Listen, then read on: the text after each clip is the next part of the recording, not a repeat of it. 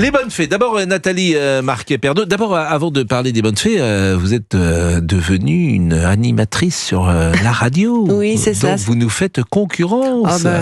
Personne ne peut faire concurrence avec vous, voyons. Non, mais c'est bien, j'imagine, parce que c'est bien pour vous. Voilà. C'est du positif, en plus. Voilà. Je m'amuse beaucoup. C'est beaucoup de travail et c'est très très bien, ça m'occupe la tête. Bon, exactement, et on vous reçoit régulièrement, bien sûr, et puis on était très attachés à Jean-Pierre, comme tous ceux qui nous écoutent, et c'est bien de travailler, de trouver des nouveaux objectifs, d'avoir une nouvelle énergie, et j'imagine ce rapport particulier que vous avez sans doute avec les auditeurs d'ailleurs, parce que vous devez avoir un lien qui est particulier, parce que les gens vous connaissent depuis très longtemps. Oui, ils m'associent toujours avec Jean-Pierre. Donc, ils sont toujours attendrissants, gentils. Donc, j'ai énormément de soutien. Comme les forains d'ailleurs, hein. Regardez. Alors justement, vous êtes venu avec cette allée Jean-Pierre Pernaut, ami des forains. C'est quoi cette... On avait fait l'inauguration il y a 2 ans pour un hommage à Jean-Pierre sur l'allée principale de la Foire du Trône. Donc comme Jean-Pierre les a toujours soutenus et les forains nous ont toujours soutenus aussi. Et c'est grâce à eux d'ailleurs qu'on va pouvoir faire cette opération pour les bonnes fées. Donc à dire qu'il y aura un bracelet que vous pouvez acheter en vente sur tous les points de forme, la Fnac, tout ça, à 10 €, et vous aurez 50% sur tous les manèges, ou alors sur place, demain, mais seulement demain. Donc on sera plusieurs Miss France et on vend des bracelets à 15 €, et donc ça vous donne 50% aussi à tous les manèges, et tous les bénéfices sont reversés, à 100% sont reversés à l'association. Donc je remercie énormément les forains et aussi à Fred Papé qui m'a beaucoup aidé aussi. Alors il y a des collectes de fonds, redistribution, intervention financière sur des programmes spécifiques auprès d'établissements de soins, c'est ce que vous disiez tout à l'heure. Pour les bébés également. Oui, aussi pour les femmes qui n'ont pas l'essentiel pour leur bébé quand elles viennent d'accoucher, on est là pour leur donner le nécessaire, quoi, les couches, le lait, plein de choses pour un bébé à sa naissance. Et puis il y a la création de cette maison des bonnes fées, qui est un lieu de détente qui se trouve où, cette maison? Alors il y en a une qui est à côté, donc à Lille, à côté de l'hôpital, donc une à Lyon, une à Montpellier, et puis là on espère vraiment à Paris ouvrir notre 4e maison, donc à l'hôpital Bichet. Donc ça serait super. Ces maisons, c'est des espaces entièrement financés par l'association. Oui. Il y a de nombreuses thérapies complémentaires qui sont dispensées, comme par exemple des ateliers sociaux esthétique. Oui, c'est des maquillages qu'on peut faire, mais avec des produits spécifiques, parce que souvent quand on est malade du cancer, on a des problèmes de peau où on peut faire des allergies. Donc on est là pour les rendre toutes belles. Et puis on se déplace aussi pour discuter avec eux, parce que c'est vrai que c'est des fois, quand on est malade du cancer, on a du mal à parler à des proches, et c'est plus facile de parler par exemple à une ancienne Miss France. Et donc on est là, et ce qui est génial, c'est qu'elles repartent avec un sourire, et c'est magnifique. Alors on dit parfois qu'il y a une certaine rivalité entre les Miss, et là, on le dit parfois, je l'ai entendu, mais bon. Ah bon? C'est peut-être pendant l'élection. Bon. Voilà, mais une fois qu'on est élu Miss France, nous on s'entend toutes bien. Bon, en tout cas, vous êtes toutes ensemble, oui. Et vous avez dit une quinzaine, 17 Miss France qui sont là. Et alors on peut les citer, peut-être. Il y a Mareva Marciano. Alors je vais peut-être pas citer les 17. Celle qui a été élue la plus récemment, c'est Diane Lair, mais il y a Amandine Petit. Il y a aussi. Il y a Marine L'Orphelin qui est là. Oui. Oui. La dernière, c'est Miss France 2022, Diane Lair. Il y a notre Miss France actuelle. Qui est avec vous aussi. Oui, et il y a Eve, la Miss France de l'année dernière, qui s'est rejointe aussi avec nous. Bon, j'ai vu d'ailleurs que dans le concours Miss France, on va aller au-delà de l'âge qui était généralement un âge de jeunesse qui était demandé. Et désormais, je trouve que c'est une bonne idée. Moi, je ne sais pas ce que vous en pensez. Mais moi, je trouve que c'est génial. Justement, on est beaucoup plus mûrs, on en profite encore plus, il y a moins de stress. Après, moi, je dis, du moment que son mari, si elle a des enfants et que son mari il est content et qu'il est prêt à prendre la relève pour soutenir les enfants, parce que c'est pas évident s'ils sont en bas âge. Mais maintenant, une femme, elle est capable de tout faire. De toute façon, il y a des femmes maintenant, même sans être Miss France, qui voyagent énormément. Elles ont des enfants et voilà, il y a pas de problème. Non, moi, je trouve ça très très bien. Et après, il y en a, il faut savoir que elles se présentent à 60 ans. Là, ça devient un peu un peu compliqué, je trouve. Mais les femmes sont très belles à 60 ans. Oui, aujourd'hui, nos grands-mères, effectivement, on a l'image de nos grands-mères. J'ai presque 60 ans aussi, mais je ne me verrais pas me présenter à 60 ans. Je vous assure, cette jeune génération, Olivier Guénec vient de rentrer dans le studio. Vous avez 20 ans, 25 ans, cher Olivier. 26. 26. Bon, vous ne pouvez pas imaginer ce qu'étaient nos grands-mères. Moi, en 74, quand j'avais 10 ans, les gens étaient très âgés, passés 50 ans. D'abord, les femmes étaient souvent en noir, à la campagne, parce que leur mari était mort, ou 50 ou 55 ans, 60 ans, mais c'était des vieilles femmes. Oui. Des très vieilles femmes.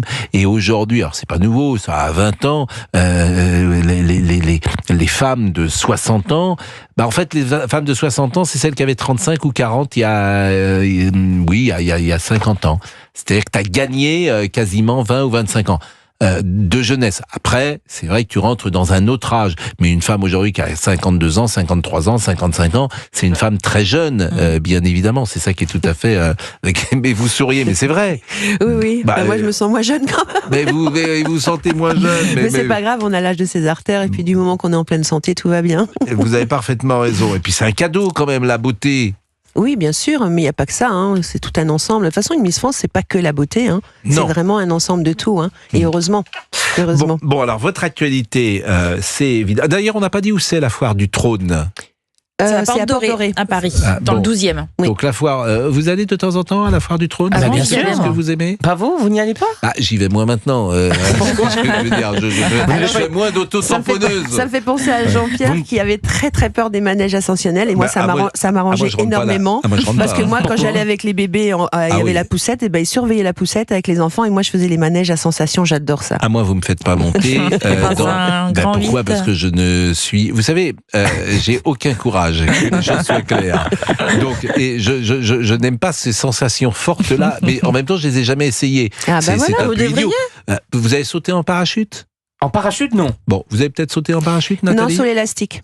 Vous avez fait un saut à l'élastique? Plusieurs fois, oui. Plusieurs fois? Oui. Je vous assure, j'ai l'impression qu'il faudrait me payer cher. J'ai l'impression maintenant... C'est pas le cas, là? Non, moi j'adore ça. C'est ce que j'allais dire. Non, mais le saut... Alors, donc, il y a dans les manèges, effectivement, on voit ces petits trains qui montent tranquillement, et puis ils arrivent au sommet, et hop, ils descendent. Les montagnes russes. Ça, je ne l'ai jamais fait, par exemple. Mais venez demain, je vous emmène. On ira faire un petit tour de train. Oui, je viens faire un petit tour de train avec vous. Avec sa barbe. Et après, vous aurez une barbe. Autrement, est-ce qu'il y a des animations plus classiques comme les autotamponneuses, il y a le train fantôme. Oui, ça c'est génial, le train fantôme. Oui, c'est génial. Ou les miroirs aussi. C'est où le labyrinthe. J'aime bien les miroirs. Effectivement, mais le train fantôme, c'était bien le train fantôme quand on était petit. Mais j'avais 12 ans, quoi. J'allais, et puis après, tu retrouves ces foires, évidemment, quand tu emmènes tes propres enfants. Et mes enfants... Vous mangez quoi? Voilà, c'est ça, c'est ce que j'allais dire. Qu'est-ce que je mangeais? Des churros? Non, je mangeais, moi, ce que j'aimais bien, c'est les gaufres. Oui. Dire. Ouais, j'aime bien les gaufres. Avec du Nutella. Et moi, les frites avant la gaufre, les frites avec les saucisses. Et après la gaufre. Votre actualité, vous l'avez dit, vous êtes animatrice. On n'a pas cité la radio, mais on peut citer... Forum.fr, voilà, Réveil Collector à Orléans. Donc là, à Orléans, ça? Oui. À quelle heure, quelle antenne vous faites? De 6h à 10h. Ah oui, donc vous vous levez le matin en ce moment. Mais c'est très bien. Ah oui. Donc mais bientôt, on aura un câble pour Paris, normalement. Donc ça vous faites sera 4 heures d'antenne? Oui. Vous êtes là encore woman? On essaye. Pendant toute seule? Co-animatrice. Oui. Bon. On est 2. Bon, oui, parce que 4 heures d'antenne tout seul, c'est... À deux. Mais on s'amuse bien, on s'éclate. C'est le problème. Si vous vous amusez bien, l'auditeur s'amusera. Exactement, oui, c'est ça. Ça, c'est sûr. Je veux dire, si vous avez du plaisir vous-même, les gens en auront. Si vous en avez pas, bon. Donc, votre actualité, c'est ça. Votre actualité, c'est évidemment la foire du trône. Et puis, votre actualité, c'est le théâtre. Oui, parce que régulièrement, alors, en 2024, vous êtes à l'affiche momentanément décédé. Et là, ça va être Oublie-moi, je t'aime avec Laurent Petit-Guillaume. À la rentrée, on va faire une tournée. C'est marrant parce que Laurent Petit-Guillaume vient également de l'univers de la télé. Oui, la radio. Et de la radio, bien sûr. Oublie-moi, je t'aime. Oublie-moi, je t'aime. Et alors le pitch? Faudrait que je me remette dedans parce que j'étais tellement prise dans le truc. Mais moi je viens de quitter mon mari et je cherche un appartement et je vais tomber sur 2 jeunes et ça va être que en vaudeville. C'est un vaudeville où les portes qui claquent, pardon. Je suis réveillée depuis très tôt ce matin. Je suis un peu fatiguée, mais voilà, c'est un vaudeville et ça va être génial. J'ai hâte. Et donc vous allez être peut-être à Paris, mais beaucoup en tournée aussi, oui, et tournée. ça va. Et après peut-être sur Paris. Bon, ça fait de vous quand même une jeune femme évidemment très occupée avec des choses. Puis là, j'ai aussi sur W9 qui sort un nouveau jeu aussi qui va sortir à partir de lundi là, où je suis avec ma fille dans le jeu aussi. Et alors, le pitch de ce jeu avec votre fille ? C'est The Power. Je sais pas si vous connaissez, c'est un jeu assez spécial. C'est The Power. C'est un peu comme les traîtres, mais beaucoup plus difficile. Et donc, c'est un jeu de stratégie où il faut mentir. Moi qui déteste mentir, qui ne supporte pas ça, là, j'ai bien menti, croyez-moi.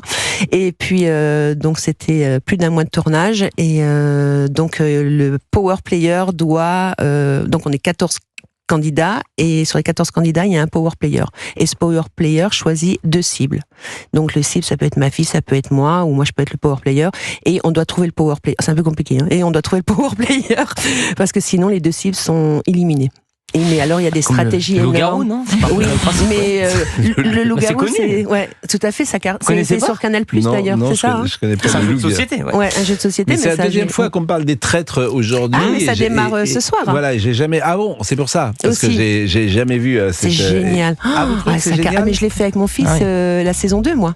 Vous seriez très bon, vous Pascal. Pas mais honnêtement, c'est pas que j'aime ou que j'aime pas, je ne connais pas ces programmes. Je vous assure, j'en suis désolé, Nathalie, je les connais pas, donc je peux rien dire. Ils font un carton, hein. Mais j'imagine. Je sais que Francis Huster était tout à l'heure dans l'émission de Culture Média. Oui, tout à fait. Il est dans la dernière saison là. Bon, merci beaucoup, Nathalie. Donc, pensez à acheter le bracelet sur les plateformes. Ça, on le rappelle bien. Pour avoir 10 euros à la foire du trône. Et directement, ou alors 15 euros, ça fera 50% de manège gratuit.